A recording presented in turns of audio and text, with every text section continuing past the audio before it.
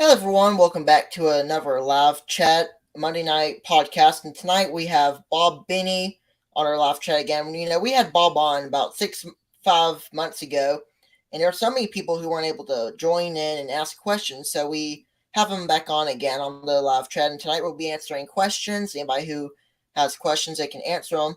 But first, Bob, I wanted to discuss before we get into questions.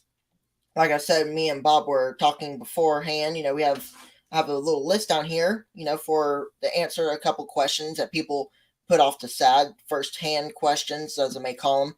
But first, I was wondering if you could briefly share with us, Bob, kind of who you are, what you do, and how you got started in beekeeping for the beekeepers or maybe new beekeepers who don't know who you are.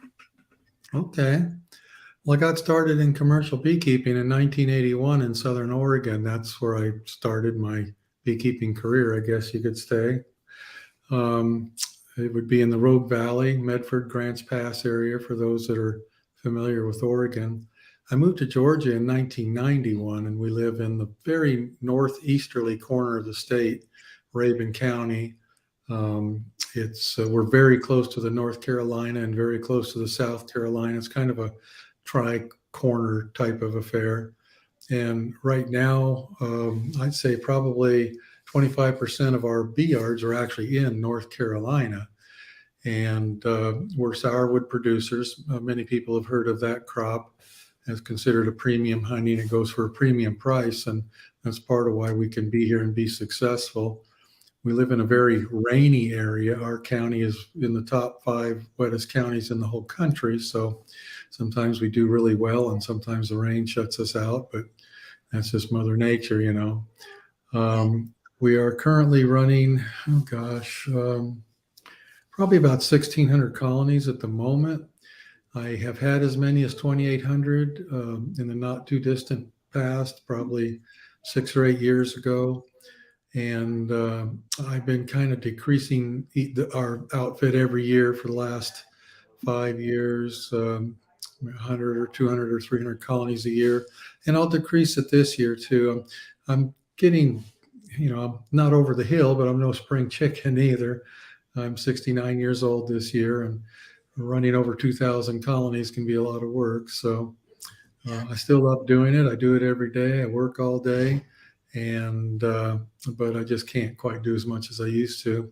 Used to migrate around the country. When I was on the West Coast, we pollinate almonds and pollinate pears in Southern Oregon, then on to Washington State to pollinate apples, and then on to North Dakota for honey production. And since I moved to Georgia, I've been sending bees to a few states: Wisconsin, South Dakota, Florida, of course. Florida's pretty close. We've sent bees down to the Orange and Gallberry down there. But about 3 or 4 years ago, I quit traveling completely, and now all of our colonies are within 30 minutes of home. We live in the mountains. We live in the Blue Ridge Mountains, Southern Appalachian Mountains, and our yards go over about a 40-mile stretch from south to north, and they increase in elevation from about 1,400 feet up to maybe close to 2,400 feet. And that actually is a great help to us because they don't all start doing the same thing at the same time in the spring. Our southern yards might start 7 days, 10 days ahead of where we live.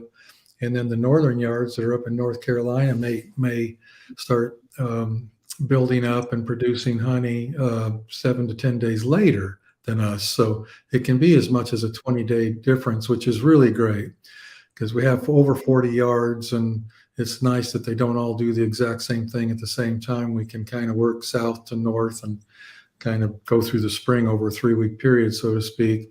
And then in the fall, we do just the opposite. We start in the north and work our way to the south. We get our honey off and we start treating and feeding and doing things like that earlier north of us, and then work our way to the south. So it's really an advantage. I know many people, all their locations do the same thing at the same time, and it's like everybody's set on go on the same date, and I think that's kind of hard to deal with, honestly. Yeah. So we're lucky in that respect. And we have a nice facility in Lakemont, Georgia. We have a nice bee supply store. We're fairly large honey packers, at least for this region. Last year, we packed about 1,500,000 pounds of honey. And of course, we don't produce all that. I buy honey from other beekeepers, friends I know and trust. And we were probably in 400 grocery stores around this region. And so we're what it would be considered producer packers. We're both beekeepers and we're honey packers. We buy and sell honey too. I guess that's a short version. Of course, there's always a lot to a story like mine, 40 years, 4 decades of beekeeping. There's a lot to it, but that's the short version. Yeah, definitely. So how's the flow, like the honey flow going down in Georgia for y'all? Well, for us, it's been, I'd say, a mediocre year. I don't mean that that's not a bad word. I should say a medium year, I guess. It's not been a Yeah. tremendous flow, but it's not been a shutout either. We make a lot of splits every year. That keeps us from making a tremendous crop of honey. And same this year. Good colonies are averaging a soup or two, maybe 50, 60, some perhaps 80 pounds. And a lot of it's been tulip poplar for us this year. We do have the potential to make black locust and blackberry and many other things. But this year, our honey flow has been dominated by the poplar. The poplar did well. Poplar is a very dark honey, very dark red honey, but it's really pretty good. And in my view, of all the dark honeys that are out there, I think tulip poplar is probably either the best or among the best. It's most people think it's pretty good honey. Yeah, definitely. Down here in Alabama, everybody's saying the same. We have usually around this time of year we have the best flow going on, but right now we're getting up there. It's just slow. I'll just leave it at that. It's just a little different because we had a little frost there in March everywhere in Alabama. I know Louisiana. I think Mississippi, just kind of more off to the side. We just got a little cold snap. I think we're like in the 50s at night or maybe 40s. I forgot what the exact temperature at night. It was just a little more chilly, but that just killed everything. Is that from Chinese tallow then? That is probably Chinese tallow, and also we have a little Chinese tallow. We're actually talking about that earlier. It just killed off everything. Like our tallow, the Chinese tallow, privet, and some other things that are actually blooming right now, or at least supposed to be. We're having some okay. We're getting there. We're just kind of going slow, and we're going to be making probably a later crop than usual. But even if we can get a couple supers of honey, we're thankful for that. Take your blessings, count your blessings. That's what everybody says, and they can't all be the best years. Every year is different. I'm sure a lot of beekeepers. I know you've had your ups and downs and things like that. And definitely get on new beekeepers or anybody else who's getting into bees. It's always a different year. Oh yeah. And I always find that's just the main thing about beekeeping is that every year it's gonna be different. It's not like it's gonna be the same. So first, I think we should start out with questions. Like I said, we have a couple questions in the description in the live chat. If you want to ask questions, we'll try to get them. But first, I have a little list here of questions. I want to answer them first because these are top priority questions, I like to call them. So first, we'll start with this question for you. It's from Mike Trevis, and he says, "Can you ask Bob what he uses to block entrances when he moves hives?" We don't block the entrance. When we move colonies, we move them at night so we don't have to screen them. Sometimes we'll move nukes by screening the entrance, but of course those are much smaller and they won't overheat doing that. But our colonies, we just move them at night in the dark and we don't close them up at all. Yeah, definitely. Our next question is from Mary, and she asks, "What's one thing he would have done differently building his business? What's his best advice for someone who wants to make a profit in beekeeping? And does he have plans for how his business will continue when he retires many years from now?" Okay. Many years from now. That's optimistic. Good. Yeah. Okay. Say them all. That's three questions. Let's ask the first one Okay, independently. these are three different questions, so let's start with this one. What's one thing Bob would do differently building his business? Not much, honestly. Of course, knowing what I know now, I would have not chose to pollinate quite as much in the early years. I thought that's where all the money was. And in the last half of my career, I've learned really well actually how to make bees and sell bees. And I prefer that. I would have done more of that in the beginning. I always recommend, and I guess this is part of maybe what she's asking. I always recommend to people that are trying to go into business and make money at bees to diversify and not just depend on one type of income. Yeah. There's lots of things you can do. You can pollinate, legit. I made a lot of money pollinating. Then there's honey production, and you've got honey packaging, buying honey and packing it. And you've got the making of bees, making nukes, perhaps making packages. And these days, I'm actually selling colonies a lot. I'll produce a colony and use it for a few years and then sell it, kind of like driving a car for a few years and then selling it while it's still a good car. And by doing that, I'm continuously turning my equipment over. So when you look at our outfit, we don't have any, I should say very little old ratty equipment because we're always turning it over. So that's about all I do different. Not much. I don't think I've really done anything wrong, honestly. Just kind of learned how to make money a little better along the way. Yeah. So the What was next part of her question is, what's his best advice for someone who wants to make a profit in beekeeping? Well, I think I just said that actually, and that is to diversify. If you depend on just honey production and you have a year like you're experiencing this year and it's not all that great, it can be kind of hard to pay land payments and truck payments and things like that. And that's where the diversification comes in. That's really kind of what got me into to making bees. So a couple of decades back, had payments that had to be made, and it's obvious that some years are better than others when you're producing honey. And I hit upon this idea of selling nukes, and even in a bad year, I might not have done well by diversifying with selling bees, but at least I made it, survived the season, so to speak. Survive to live and fight another day. When you're a honey producer, you kind of got to ride a wave. Some years are great, some years are poor, and I've known several beekeepers that had 10 or 15 or 50 colonies and had a few really good years and got out the calculator and said, "Gee whiz, I can make a lot of money at this," and borrowed a bunch of money and went into business and into debt and suddenly have a couple bad years in a row. And a couple of them literally went bankrupt, lost their outfit, and one guy lost his home, and partnerships dissolved and all kinds of things. So that's where the diversification comes in. I think diversifying is important unless you have the financial wherewithal to ride the wave. I think you have to look at honey production from a 10-year average, not just a couple of good years and a bad year. Just you need to look at what the average would be for 10 years or so before you start figuring out your finances with honey. Yeah, I get you. That's one thing I've always talked about in some of my videos, make streams of income, because if you do just honey, one year may be bad and you're not going to be able to make enough honey to, pay your bills and things. And, it's good to, maybe do queens, and if you're big enough, do packages or nukes. And, you could do pollination if you're big enough. That's just one thing I definitely agree with you, Bob. And this is the last question, so, we'll just count this as 3 parts of a question. Does Bob have plans for how his business will continue when he retires many years from now? Well, I guess to retirement for me would probably be selling the business. Our business really kind of is 2 businesses in one. We have the beekeeping portion of it, and then we have our facility, which is the honey packing and the retail store and the bee supplies. And there's Bruce's bees. Hi, Bruce.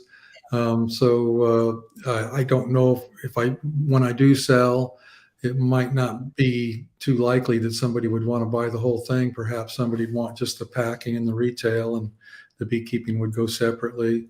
I don't honestly don't have a good answer. I don't have a exact plan. I'll just work until I've always been honest. If somebody walks into my place with the right amount of money, I'd sell. I mean, I'd be retired, but I don't have a for sale sign out front. I don't have any immediate plans to retire. Yeah, yeah. And we have another question. A lot of people ask some questions before the live, so that's good. So this is the last one we really have, and we have more coming in, so we'll just do a Q&A. So this question is from Mike Travis again. He says another question would be, does he add any bleach to his 1-to-1 sugar syrup? We do. We add a drum, which is approximately a teaspoon per gallon. Yeah. And of course, in our tote, we use a 275-gallon tote, which is usually filled up to about 250 gallons. We'll put 5 cups of bleach in that. It depends on the temperature. If it's cool out early in the season, it's not necessary. But, as the summer warms up, for us, it's absolutely necessary because, that stuff can actually start fermenting literally just within days if you don't do something. Honey Bee Healthy, Pro Health, some of these additives will work just as well, maybe better actually, but I don't like using anything with lemongrass oil unless there's a nectar flow because it can cause robbing, and that's where bleach can come in and, it can keep you from fermenting without causing robbing. Yeah, I get you. So we got another question here from Keith, and this is on the live chat, and he asks, hey guys, I have a question. Say that again. I'm just recognizing the names, Keith. Yeah, I see that name on in a lot of places. Yeah, definitely. He's in the videos a lot of times as well. So he says, I have a question for Bob. How can you tell by the brood how old a queen is?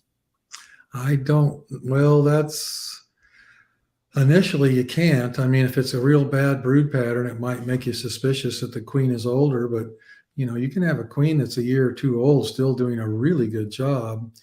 Now, in our last video, we ran across a queen that was brand new, had only just been laying for a few weeks. And that was very obvious that she was a young queen because the brood pattern was obviously new. There was no older brood. It was all the pattern was extremely concise. That's kind of a dead ringer for a newer queen that has just gotten going. But after a few months, you don't even have that. So it's the brood pattern's not a good way to tell unless she's really shot. Then it'll really look bad. Yeah, definitely. That's definitely one thing I hear all the time. How to tell if a queen needs to be replaced.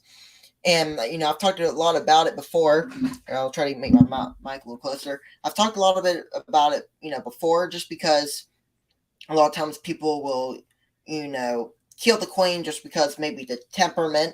Sometimes whenever you're running a big, business, you may want to, requeen. But for small people, if you have like a queen that is, maybe she's just a little temperament or maybe swarmy. A lot of times whenever I'm thinking about replacing a queen, it's based on if the queen is, not laying good. I had a queen that just wasn't laying, it wasn't doing good, so I just, got rid of her. But, if it's just, I won't kill a queen just because of temperament, because, once they get bigger, you may want like a strict, on your playlist of, things to, about queening. One of the main reasons we replace queens every year has to do with what she's going to do in the future. That's right. If you go into the winter with a queen from the previous year, the odds of her making it into her third year are noticeably lower than a year from the current, or than a queen from the current year. And so we want a good queen that's going to head a colony that will overwinter well and be pretty vibrant in the spring, so we can make splits and packages or whatever, make other colonies, or simply make a good honey crop. Queens become middle-aged at about a year and a half old. They can do a decent job up to 2 years old and, even into their third year. But They'll do much better if they're a year and a half old or less. If a queen's doing a good job at 2 years, she was probably doing a little better at 1 year. And Yeah, no. that I know that year and a half is kind of a weird number, but the way I'm looking at it is that if a queen has gone through 2 of the spring peak periods, then she's most likely a year and a half old or older. I guess you could be a year and a quarter if you want to really get, really close. But once she's gone through 2 spring buildup periods, at that point, she will begin to decline, maybe subtly, maybe slightly, but the slide has already begun. Yeah, yeah. And we also got a question here from Bruce. And this question goes back with the bleach question. So I think this is a good question. I'm sure a lot of people want to know. Bruce asks, how long will sugar syrup last with bleach for preservation? Well, it depends on the temperature, and it depends on the vessel that it's in. Really, the bleach, if you put a bleach test strip or chlorine test strip into sugar syrup that's had bleach added to it, one day later, you really can't sense the bleach is there anymore. The test strip won't show any chlorine. What it really achieves is it kind of sanitizes the sugar syrup itself and the inside of the vessel. If that vessel is contaminated, with a lot of mildew and things like that, the bleach effect lasts a lot shorter. And then if the temperature is higher, it lasts shorter because things grow easily when it's warmer. It basically is just sanitizing the situation, and then bleach or yeast is everywhere. If you open anything that's been pasteurized or sanitized, if you open it to the open air, yeast spores can enter it at any moment. And so if your container is closed and kept closed, then that's probably as important as anything else as far as having, a long life with sugar syrup. I'm not answering the question directly. We like our sugar syrup to be used within 5 to 7 days after we've put bleach in it in the summer when it's warmer. Sometimes you can get a little sniff of fermentation in the bucket. That's one reason I don't like to give a large bucket to a small colony that might take 2 or 3 weeks to use it up. On smaller colonies in the summer, we'll use a 1-gallon bucket, so it's gone in 7 to 10 days. And also, people need to know that just like human beings, bees can metabolize a little bit of alcohol without getting sick. It's when they have to deal with a lot that they can get sick and have dysentery and other issues. So don't be super alarmed if you have just a mild sniff of fermentation. A little, the bees can handle it, but a lot will make them sick. Yeah, I get you. That can sometimes happen. Whatever. I have a lot of times fermenting happen in my 1-gallon buckets and stuff, but just a little, like you said, little won't hurt them, but the more is, will hurt them more. Yeah. So now we got a question from Stray Creek Apiary Brian, and he asked, I'm located in Dubuque County, Alabama, never Alabama folk down in here. The map I looked at shows that sourwood grows in my area, but I don't know what to look for. What type terrain can I find it? Well, sourwood grows all the way to Mobile, Alabama, but it doesn't produce honey all the way to Mobile, Alabama. Even in the north half of Georgia, we have sourwood trees in pretty good stands of it, but they don't make any honey from it. When you drop down into elevations below 1,200 feet, you really don't get much of a flow from sourwood. In our area, the sweet spot is between 1,800 feet and 2,200 feet. We make sourwood honey okay down to 13 or 14, and we can make it up to 3,200 feet. But the higher or the lower you go from 18 to 22, the less apt you are to make any. Now, what kind of terrain do you look for? I don't know. Up here, it does best in areas that have a good amount of topsoil. Even in my own county, on one side, we have much more topsoil than the other side. I think it's due to, hundreds or thousands of years of a little more rainfall on one side than the other. And we always do best where we have the deep topsoil. It doesn't mean we can't make sourwood where there is no topsoil, but it just doesn't do well. And it only really puts out nectar in a wet year when there's not much topsoil. So I'm not answering his question very well. I'm not sure what kind of terrain you would look for. Rocky terrain, it grows, but it sure as heck doesn't make nectar very well. And I don't know where DeKalb County, Alabama is, but I'm just going to take a wild guess and say that the elevation probably is not high enough for sourwood to secrete well. Yeah, a lot of times people ask that. I'm not really sure if we have any sourwood, but I do hear that sourwood's a really good honey, to have, and that's good. I've never tried any. I need to try some at some point. Well, Our honey. not everybody thinks it's the best, but we usually have 6 to 10 varieties in our retail store that people can taste, and sourwood is definitely consistently the best seller. Some people taste it and don't think there's a big deal at all, and others think it's the best honey they've ever had in their life. I guess it's a little bit like apples and oranges. Everybody likes something different, but it's by far the best seller in our store. Idea. And the question, when we're talking about the terrain, Brian says that he's in northeast Alabama in the middle of Sand Mountain. Oh, yeah. Well, I think that. Well, I wonder what the elevation is. Can he answer right back and say what the elevation is? I'm sure he can. I know you probably can look on your app nowadays, and you probably just pull up an app and see what the elevation is. We'll see what the elevation is. But while we're waiting for that, we'll also go to the next question. And this is from Sam, and I think this is a good topic to talk about. We'll talk about it. And he says, can you explain pollinating, please? I am very new.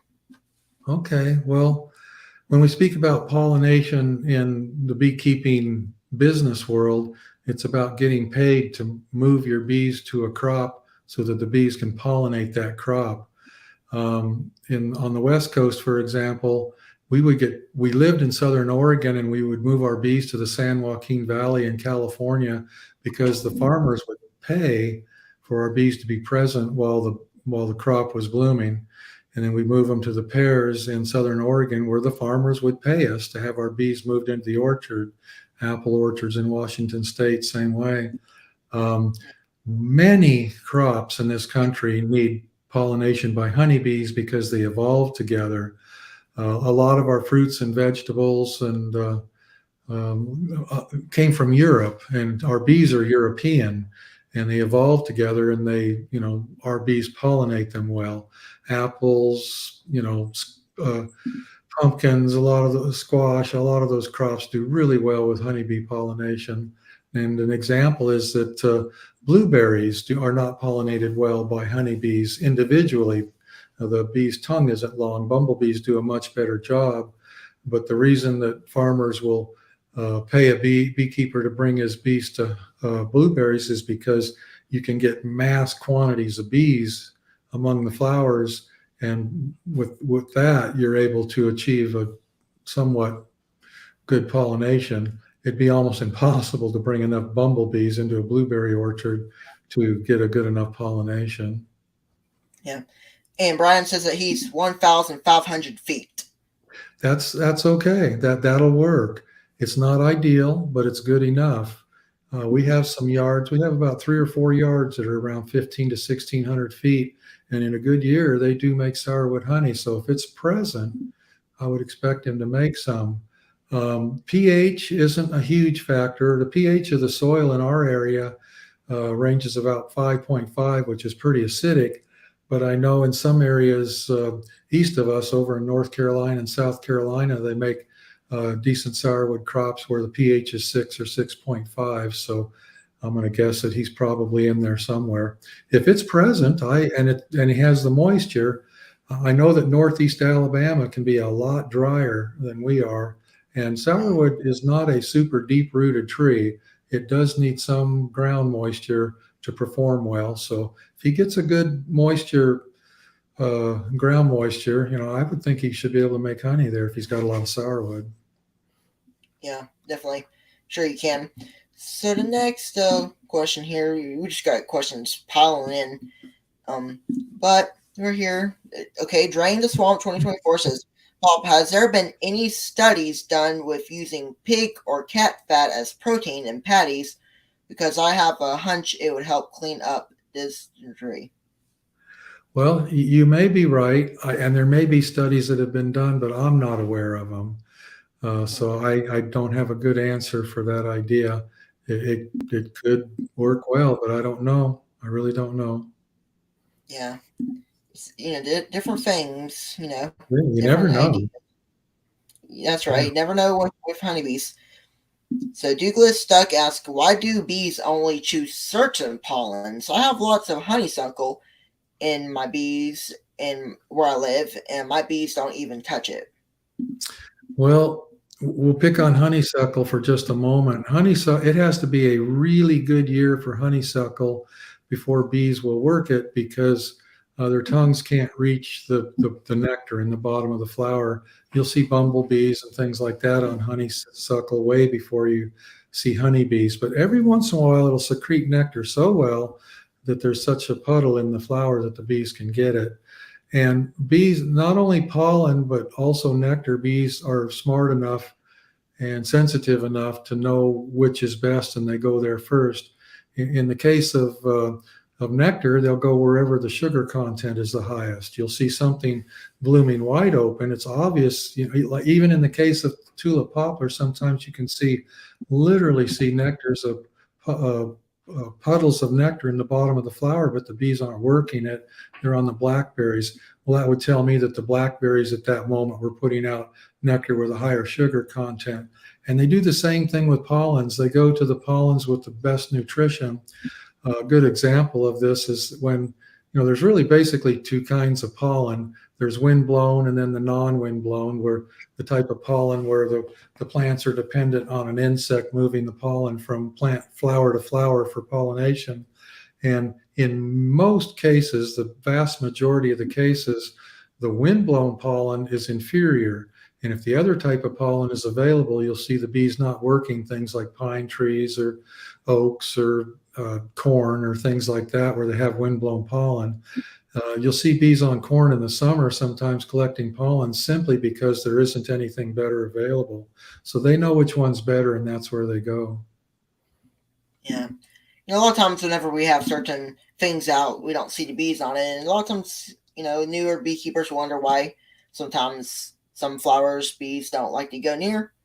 And, the bees just know what they want. And, That's correct. Yeah. that just all depends. The bees know more than we do, that's for sure. Yeah, a lot of crops you get paid. I pollinated crops that the bees don't care much for. Cranberries is one of them. The growers would always have us move the bees in after the flowers were 20% in bloom and they'd have us put the bees right in the middle of the cranberry bogs in that area, because if the bees tuned into something outside or beyond the cranberry bogs, they'd fly a quarter mile over the bogs to get to something better. So, and then if there was nothing else blooming, of course, they'd work the cranberries, but the farmers would always have us bring them in at 20% bloom so the bees wouldn't get used to what was outside their area. Yeah, definitely. Next question, another question from Douglas Duck, and he asks, should I say why do bees choose certain nectars for making honey?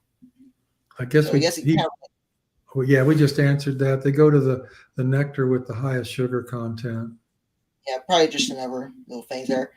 Yeah. Now we have Randy in here, so I'm sure we recognize Randy. He was on the last chat that we did.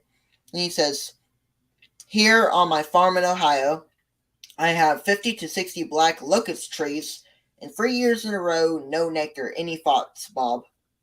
Mother Nature. I mean, so many crops are that way. Sourwood's that way. Some years it blooms and we make a lot of honey, and other years it blooms even better and we don't make any. Sometimes I just half jokingly say the planets didn't line up just right. I don't have an answer for, all the times things make honey or don't, even though they're blooming. And black locust is that way. So we have it here too. We have plenty of it. And some years it just comes in like crazy, and some years it doesn't come in at all.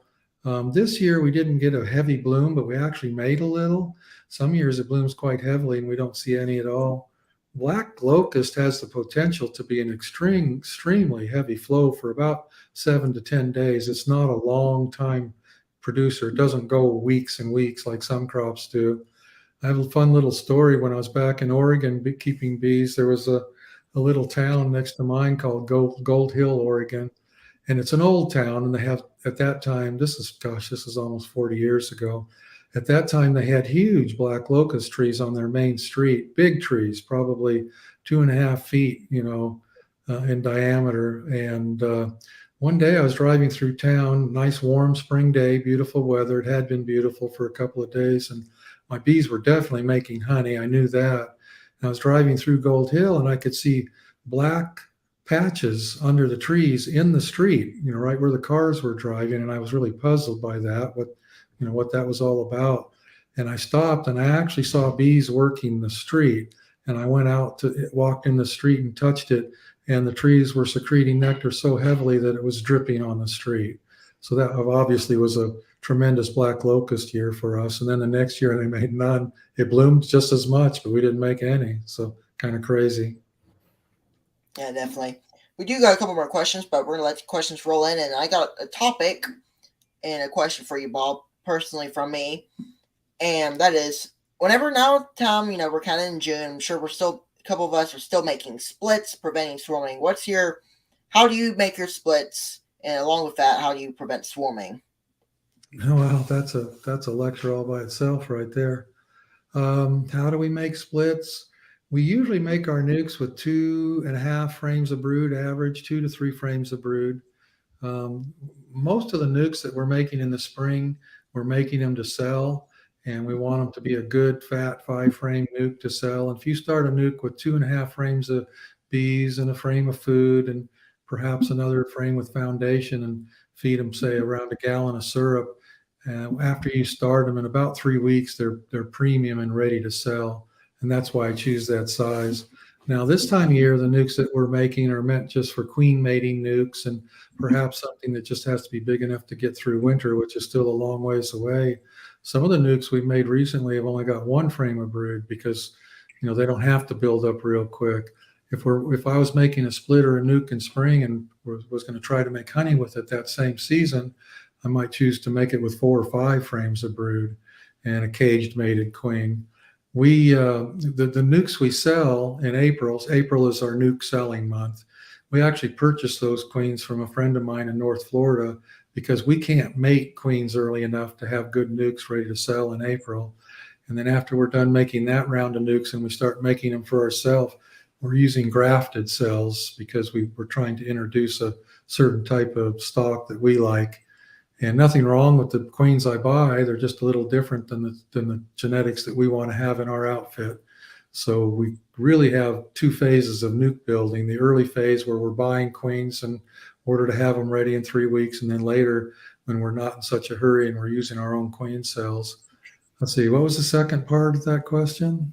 Is how do you prevent swarming along with that? Well, our main swarming prevention is by splitting. Many even beekeepers that have been at it a little while haven't quite picked up on the idea that if a colony peaks in population before the main honey flow starts, they're likely to make preparations to swarm.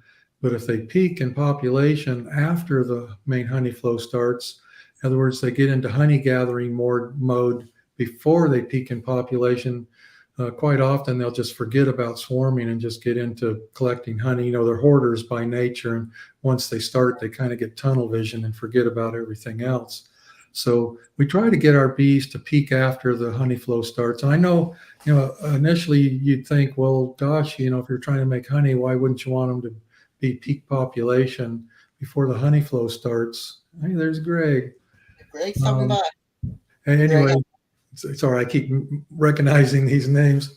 Yeah, but if let's just say you got 10 colonies and they all peak 2 or 3 weeks before the honey flow starts, and you're really having a hard time keeping them from swarming, and a third of them swarm and the others make a really good crop, and you compare that to somebody who's got 10 colonies that perhaps each colony made a little less because it didn't peak early, but he had almost no swarming.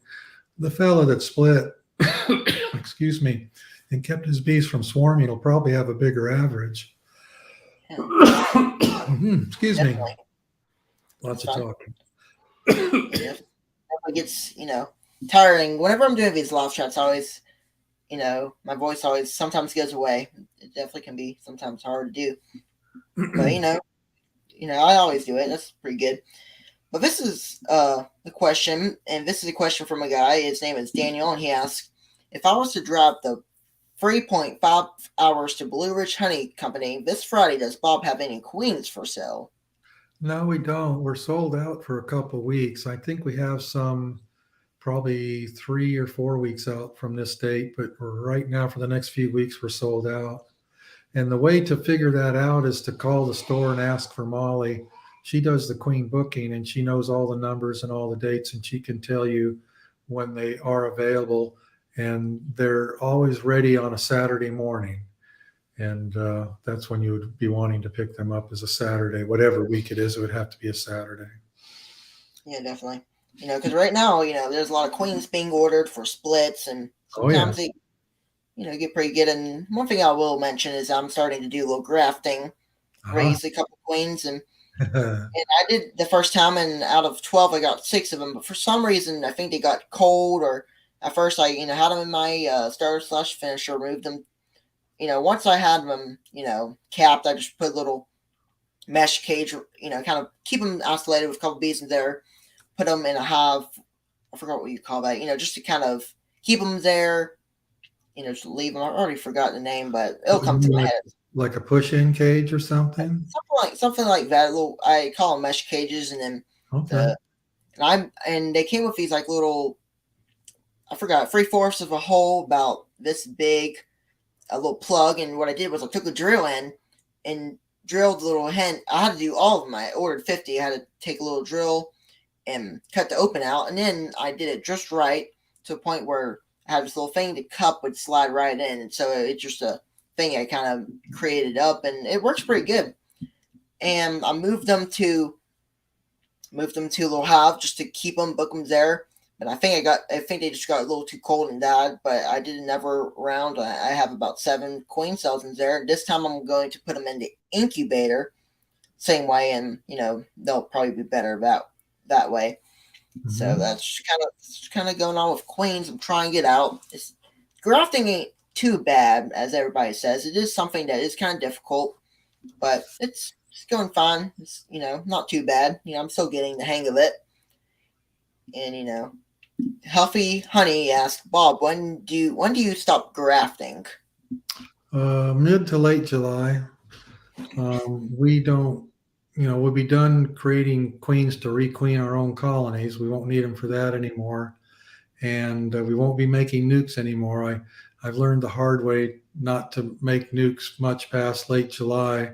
You can do it, it works, but it just takes more work and more energy and attention to get them ready for winter. So we stopped splitting in late July and stopped grafting at that time too. Yeah, definitely. Because, like I said, I think you froze up there.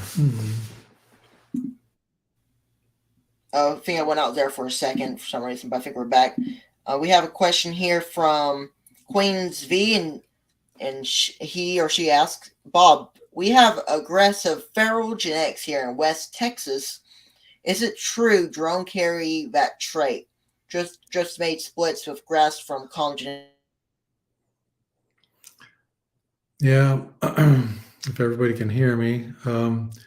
I think I'm not an expert on that. My sense is that both the queen and the drone carries those genetics. One thing about aggressive genetics is that the drones from, like, let's say if you're partially Africanized, the drones from those colonies are much more aggressive at reaching virgin queens to mate. So in many cases, the aggressive drone, the drones from aggressive colonies tend to mate with the queens a little better or easier, and you can see them kind of show up a little more. I believe that those traits are in both the queen and the drone, honestly. Yeah, sometimes you can have trouble with those genetics sometimes have aggression. I have Yeah. some houses that are kind of spicy, but I deal with it. A lot of times I'm gonna say whenever I have some people over, friends, teach them how about bees because I have a lot of people who want to start bees around my area.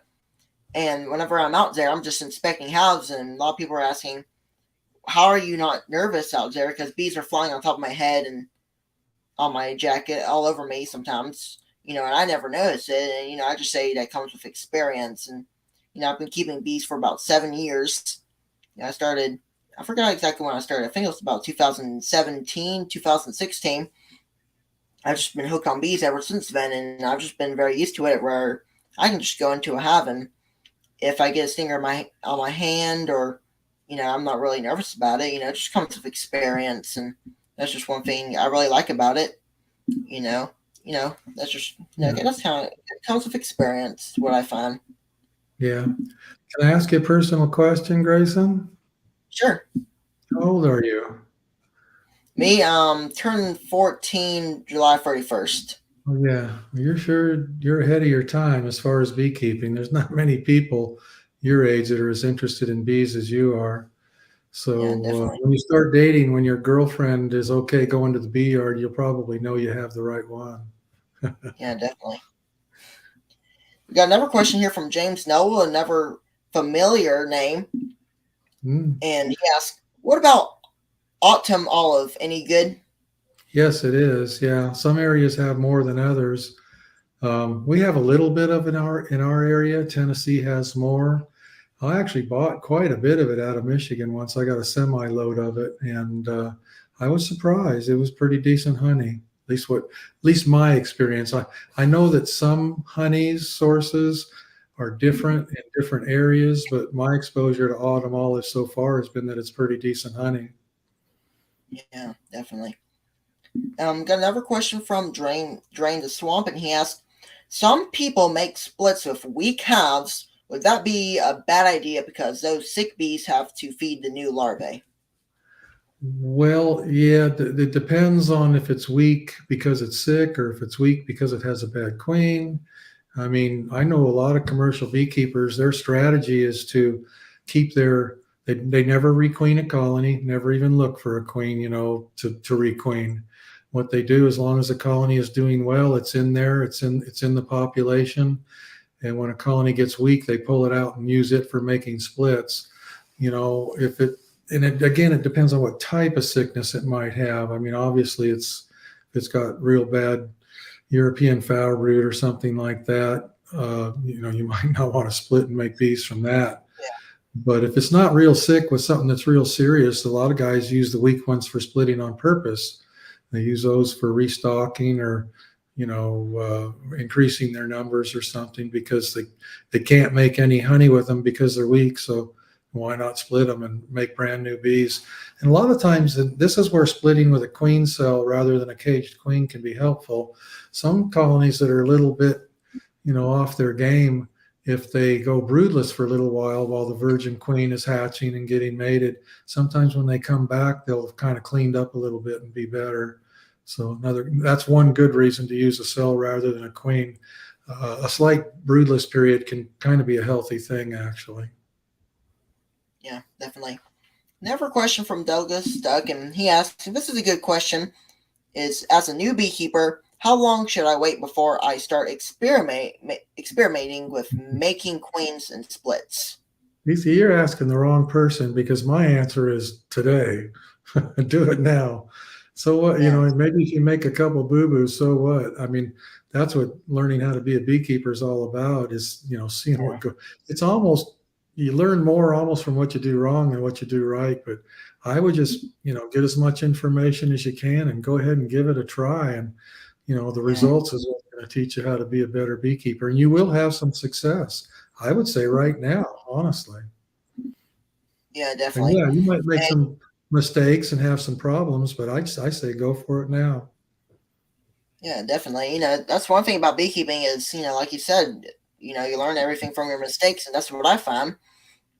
Learn, just Yeah. learn from your mistakes, and that's just one thing I always find good about beekeeping is if you make a mistake, you don't have to, feel bad about it. You're going to learn from that mistake. That next time, do it a little different. And if you make that mistake, do it different until you find something that works for you, and then keep on doing it. If it works good, keep on doing it. That's what I kind of like to think about, and I just think I just kind of find that pretty interesting.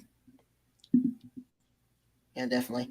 We got a big question. This is a long question here from Mark Miller, and he asked, "Hi everyone. Question for Bob: If you're going to trap pollen for queen rearing to go into a builder to make the very best jelly, what pollen type would you focus on trapping? What time of year would you trap?" Well, there's kind of two ways of looking at that question. One is when we were speaking earlier about talking earlier about windblown pollen versus the type of pollen that the bees carry from flower to flower. You definitely wouldn't want to use the windblown type of pollen. And there are times when they collect quite a bit of it. And quite often you can tell just by looking at the bee if they've got these huge loads, really big loads on their legs. That's in many cases windblown, and that would be inferior pollen. Also, you really don't want to collect pollen in the fall and hold it over winter in a freezer or anything like that. A couple of years ago, I read a research study on some guys that were using different age pollen for raising queens, and they found that by the time pollen is as little as 4 months old, it wasn't making as good of a queen as it would if it was fresh. And I also don't believe you want to be making queens before fresh pollen is coming in the spring anyway. If you're making them that early before pollen's even coming in, you're going to have a hard time with mating and everything else. So the short answer is fresh is best. Absolutely, fresher pollen is best. I wouldn't keep it more than a few months. And then the second part of that answer is don't use windblown pollen. Windblown pollen is inferior nutrition. Yeah, definitely. And I have a personal question here, about queen rearing. So a lot of new beekeepers or beekeepers who are thinking about starting to start grafting and raising queens, I was going to ask you is what kind of queen rearing method you use? How do you raise your queens, basically? Well, basically, no matter how you raise your cells or get your cells started, the theory is always the same. Any strong unit that's full of young bees and is queenless will raise cells and do a good job of it. Many people start by just creating a 5-frame nuke box where they shake in a bunch of young bees and give it some larvae after it's been queenless for a day, and they grow them just fine with the right nutrition and everything. We use a combination cell starter finisher. In other words, we use a double deep colony to both start the cells and then finish the cells. We'll take one of our boxes and make it completely queenless and put most of the bees in there and very little open brood and lots of food, and we feed it and we make sure it's got pollen right where the side where the grafted cells are going to go. We'll leave it queenless overnight and put the grafts in the next day, and then we'll have a double screen board on the top of that, and we'll place the queen just temporarily on top.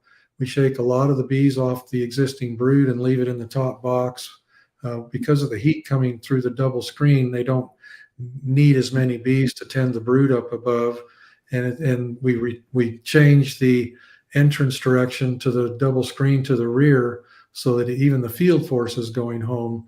And one of the big keys to making good cells is to start with a very overcrowded unit. Overcrowding is really important for building, quantities of quality cells.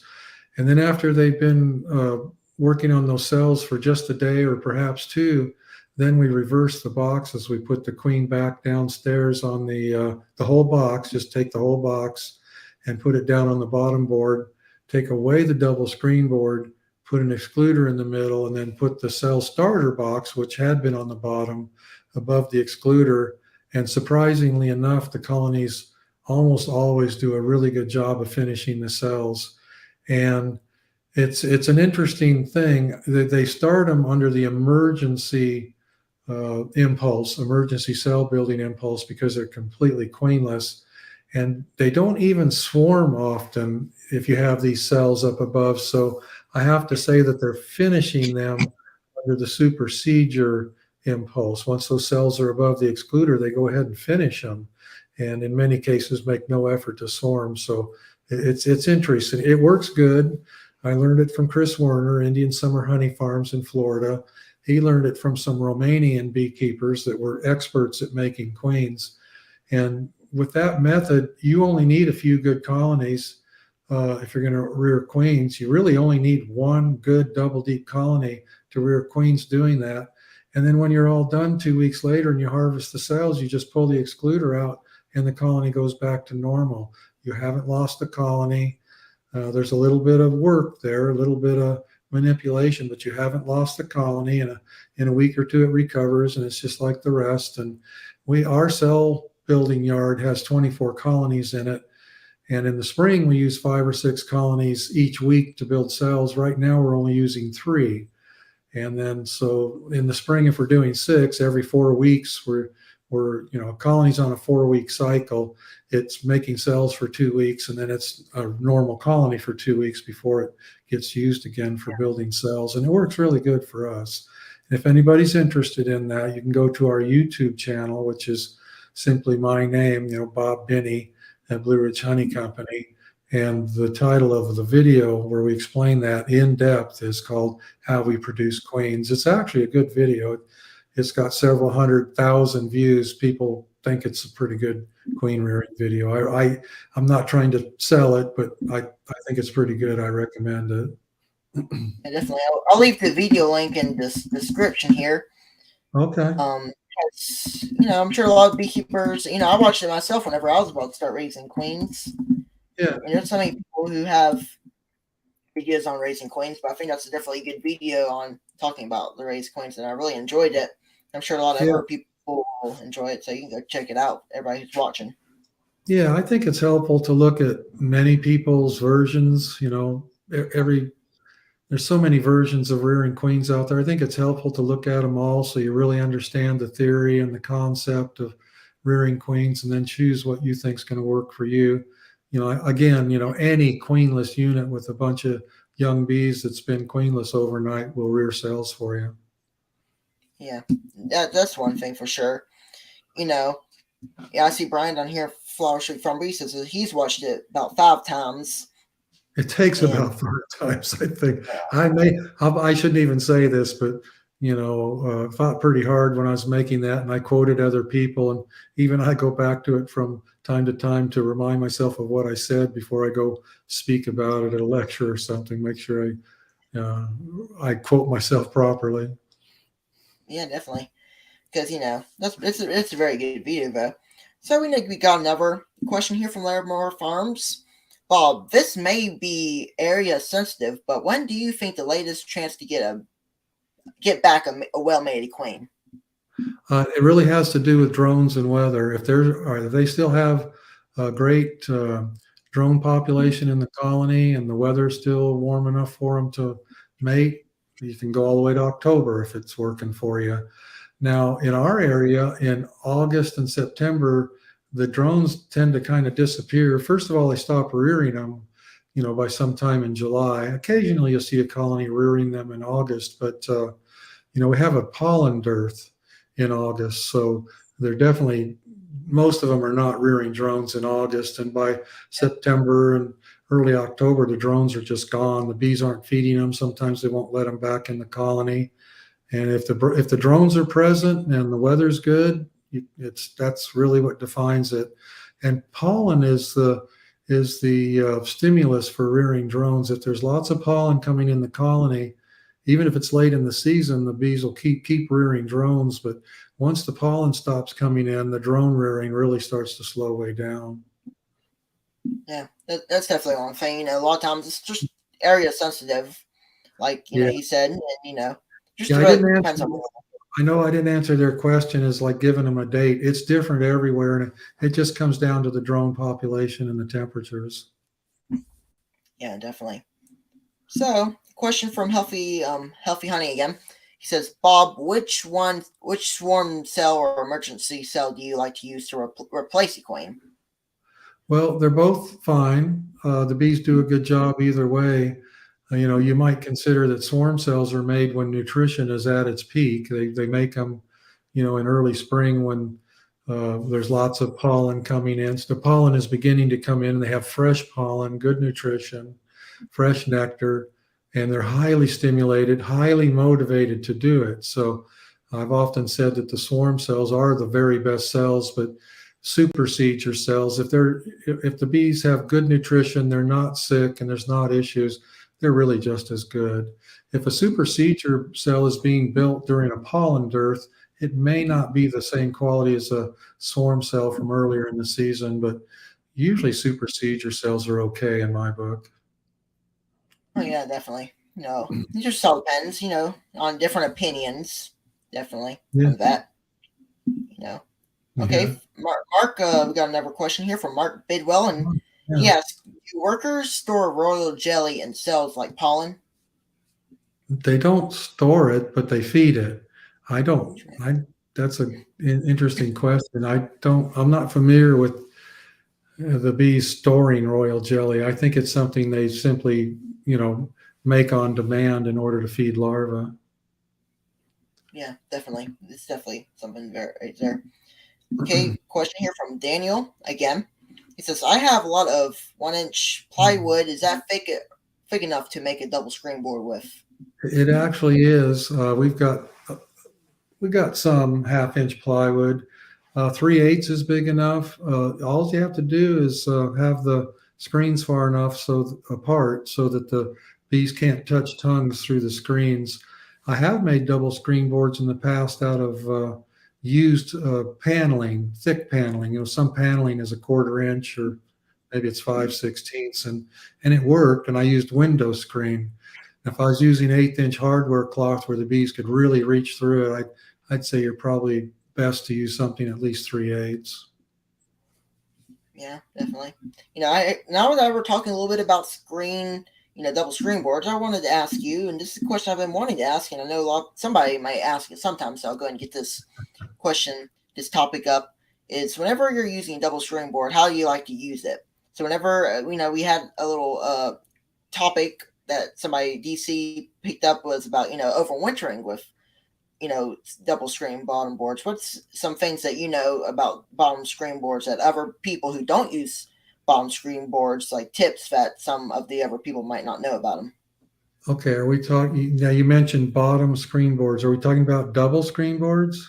Double screen boards. Double screen boards, So, yeah. double Well, they're screen obviously boards. they're great for overwintering nukes. In our area, even in the southern Appalachians, we can get a nuke that's as small as 3 frames of bees through the winter, most winters, over a double screen board. So we use them a lot for that. Every year we have anywhere from 100 to 200 or 300 colonies with a nuke on top using a double screen board. We really like making nukes with them. When you're making a nuke in the same bee yard, in other words, the nuke is not being removed to another site, we like using double screen boards because that nuke will lose its field force. The older bees will go back home. And when you put your nuke above a double screen board, the heat coming from the colony below will allow, half as many bees to take care of the brood that you put in there.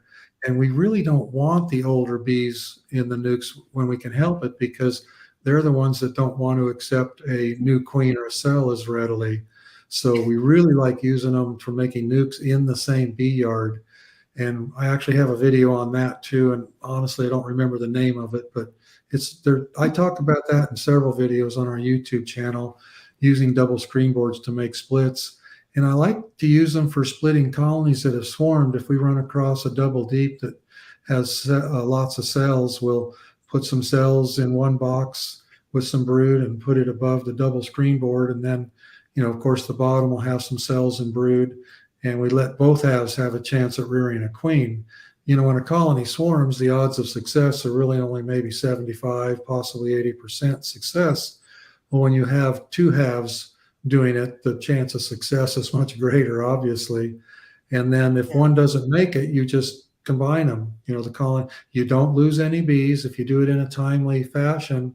If you combine the half that didn't make the queen with the good half, you're really at about the same point you would have been if you left it intact and just let the single colony raise a queen. Now, if you're successful, really successful, you could have two halves with queens in both halves. If you don't want an extra colony, you can still do away with a queen and combine it and have a little more brood than you would have, or you can split it right there. And as soon as the top half has hatching bees, brood that is hatching, then you can move it to another spot in the same bee yard. And we're doing a little of this right now. I need to talk about this on a video, honestly. I really should.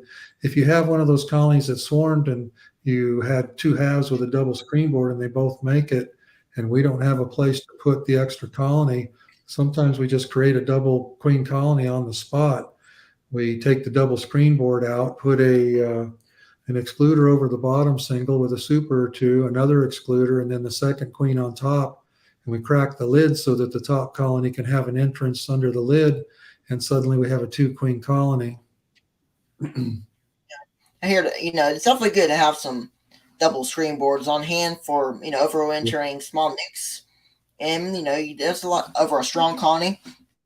I don't have any double screen boards at the moment, but I need to get some. I've been really wanting to get one just to, raise a couple queens in. I know a lot of beekeepers. I know your method goes around with using double screen board, and I think it'd be pretty cool to get some on hand, but I just haven't had time to do that. But are you going to come to Hive? Are you coming to Hive Life this next year, Grayson? I think we are. We're going to try to. I'm going to try to go for that scholarship that they do every year. So we're going to see about that. But you're definitely going. If you get up there, you remind me that I said this. I'll be glad to give you one or two. You just remind me of this conversation. I'll give you a couple. Definitely. I'll definitely remind you. Yeah. But, that's definitely. Also, we can also build them. I've been trying, one thing I do want to mention that, we build a lot of our stuff. We build a lot of nuke boxes. And the way we found out how to build nuke boxes was from your video on, I forgot what it was called. I think it was called building nuke boxes in production, like a lot of them. And that definitely helped us a lot. And, we like to build our own nuke boxes. And a lot of people who see our nuke boxes are mostly ours. There's some that we just have that we've bought. But the ones that you see that, they're made of pine and double, they just kind of look similar to yours. And we definitely like to build our own things. And we definitely want to sometimes start building some double screen boards. I'm sure they're pretty easy. And we're going to try to do that. Yeah. And it's probably pretty easy. But we just got the questions rolling. I'm going to try to get a lot of these and end this thing off pretty soon. Don't want to go too long. But we'll try to answer y'all's questions. If y'all have any questions, go ahead and fill them in, and we'll try to answer them as many as you can. So we'll go ahead and go to this one. This one's from Paul Groff. I hope I'm saying the last name right. And he says, Bob, what are your thoughts on splitting bees if you were facing drought? I am in Southeast Michigan and want to keep making splits for June, but we are in a drought. Thank you. We've done that often. You just have to be willing to shell out the money for the sugar bill. If you use thin sucrose syrup, you can draw a comb and build brood, but you do need a good protein source. And even in a drought, sometimes you can have a little bit of pollen coming in. You got to have both. You got to have a little protein too. But we build colonies artificially on sugar syrup a lot, often, hundreds and hundreds sometimes in a given year. And it works fine as long as you can come up with the protein somehow. And pollen supplement patties work okay, but there's a limit to what you can do with them because they're not really a substitute for real pollen. Just like a human being can live on bread and water for a long time, there does come a point when, this is my personal view, so forgive me, I'm sure there's some people that disagree, but I think there comes a point when you really got to have some of the natural stuff so the bees keep their immune system in good shape and they're healthy. I don't think it's a great idea to raise colonies on nothing but pollen supplement. But as long as you have a little bit of pollen coming in, you can use pollen supplement, sugar syrup, and raise bees to your heart content, actually. Yeah. Well, we got a question here from our old friend Russell Koopman. I'm sure you recognize his name. He was at Haveloff, and I met Russell down there at the Haveloff, and we talked for a second. And he Yeah. asked, Bob, I see that you use nukes to requeen hives. Is that the safest way? And do you have to use newspaper? Well, if you do use first off, it is the best way or the safest way if you have the time and the wherewithal and the equipment to do it that way. And it's pretty safe. If in a honey flow time, you can just about do anything you want and be successful. In a dearth period, when robbing may be happening and things like that, the newspaper way is probably the safest way. Newspaper between two boxes, kill the queen below, and introduce the nuke by having her in a box up above with newspaper in between them. That's the safest way. Right now, we're not doing anything special because we have a little nectar coming in, and the bees just pretty much accept a nuke about any way you give it to them. Yeah, definitely. And there's a lot of things you can. I hear a lot about the newspaper combine. A lot of times, if you're going to do a nuke or if you're going to combine hives, if there may be a weak hive, one hive doesn't have a queen, one hive has a queen, you might want to combine them. I hear a lot about the newspaper. And Yeah. I've never tried it. I've never been in that situation, but whenever I am in that situation, I'm definitely gonna try it and see. I hear a lot of times people don't do it. There's just a lot of different debate on it. Well, a lot of times, I'll be real honest, we don't do newspaper at all. What we tend to do, although I think it's the safest way, we don't go that far. A lot of times, if we're combining a nuke or two boxes together, one with a queen and one without, we'll splash some sugar syrup around on the top bars of the lower box and really give the bees a job to do. We make enough of a mess to where it's going to take several minutes for them to clean it up, and they become gorged. And we have really good success combining colonies by just splashing sugar syrup around a little bit in such a way that it doesn't cause robbing. It has to be inside the box, not outside. Yeah. Well, Michael has a question for me, and I'll go ahead and say it for anybody who just hops on, because we have 60 people on, and he asks, "How old are you, Grayson?" And I'll answer that real quick.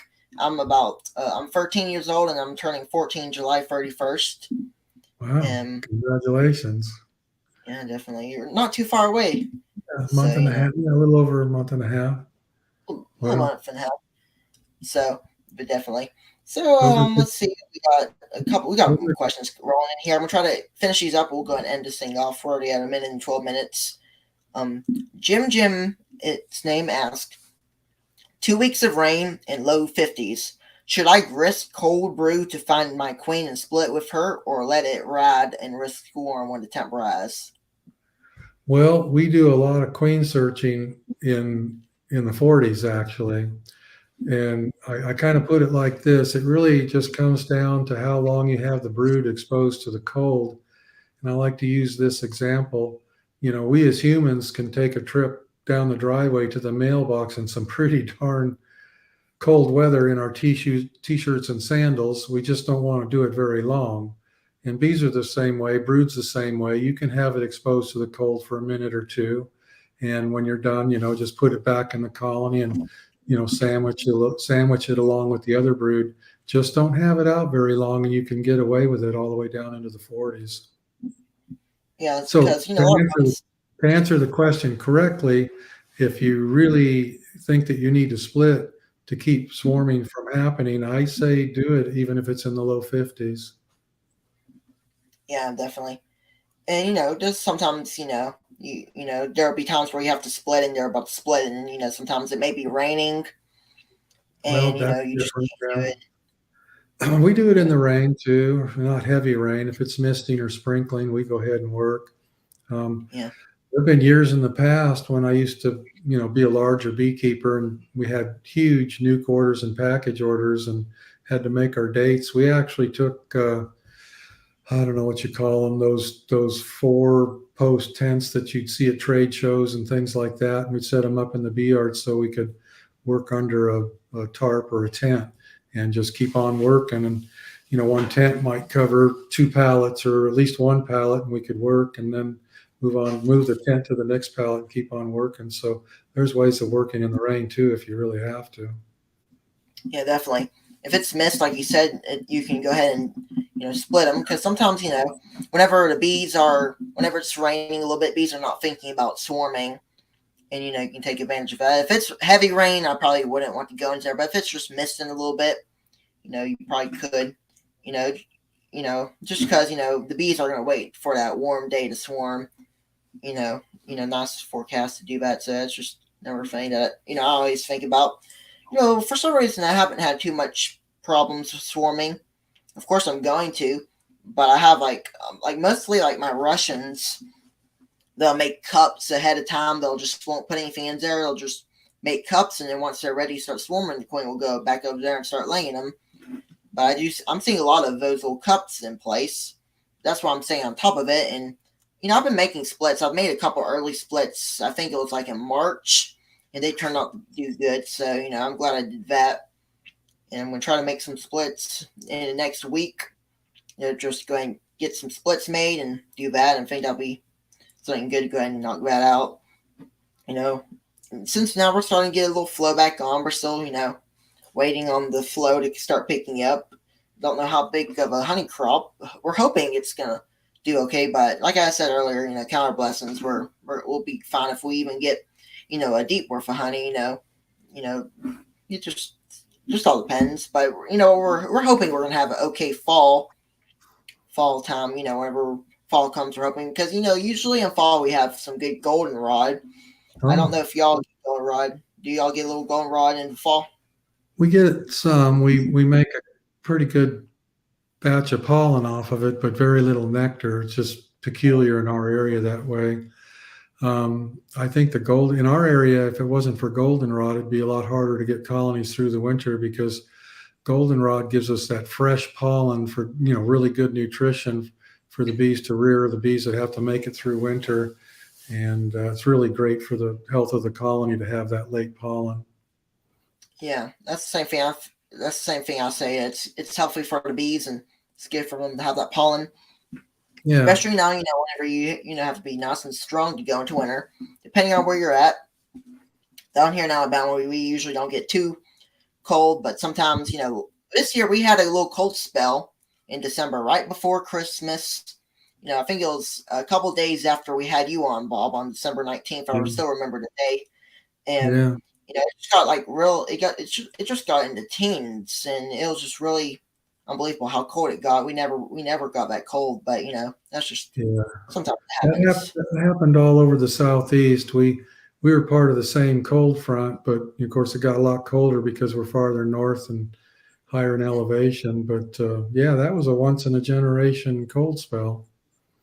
Yeah. I got one more question. This relates into getting your bees into winter. And after this, we'll go ahead and shut the live down. But first I want to ask was, how do you like to get your bees into winter? So I know you do a lot of feeding early fall. I was wondering if you could explain to us how you do your feeding early fall and whenever you go start getting to winter. Well, yeah, that's true. We start feeding super early, more earlier than most people do, but we feed really thin syrup. We're not trying to put a lot of weight on the colony, say in mid to late August or early September. We just want to keep them stimulated, create that chemistry that happens like when there's a fresh nectar flow, the bees are pretty healthy. There's a lot of antiseptic chemistry going on in the colony in a nectar flow, and you can create that same thing with thin sugar syrup. So we feed a moderate flow. Like in our buckets, we might only have 3 or 4 little holes in the bucket lid for feeding, so it's kind of a little bit more than a trickle. We don't want to plug them out, obviously, too early, because it can constrict the brood nest too much. So we're just feeding light syrup at a moderate pace in August and into September. And then in late September, we might thicken it up a bit and have more holes in the bucket. And we really try, honestly, not to go any thicker than 1-to-1, because we're trying to keep that chemistry going. And if even 1-to-1 syrup, you can gain a lot of weight if you just keep it coming in. And we try to have our feeding done by sometime in October, especially late October. We can and we do at times feed in November if we have to, but we really try to have it done early enough so that the bees that have been raised to make it through the winter don't have to be the bees that are processing the sugar syrup that's going to be stored for winter. We just want those bees to kind of chill and be quiet and not do too much work, and kind of let the summer bees do most of the work, getting the sugar syrup put away. Yeah, that's definitely very good. Well, I guess we'll go ahead and end the live chat off. And, Okay. I appreciate you come back on here again. A lot of people, we had a lot of questions come in. We're able to answer them and do Okay. everything. So I do appreciate you and everybody who has watched the live chat and who's in here. And if you would check out Bob's channel and check out his videos, he does a very good job. I watch him all the time, and I always learn something new. And a lot of other beekeepers do, and they'll say the same. And anybody who's watching, go ahead and give this live chat a thumbs up. It helps us a lot. Well, I guess I'll go ahead and end us off here. Thanks, Bob, for coming on. And we'll catch you later. Okay, well, great. Thanks for having me. I got to say, you're doing a great job. Keep it up, and I'll see you in the future. And definitely. See you later. Okay.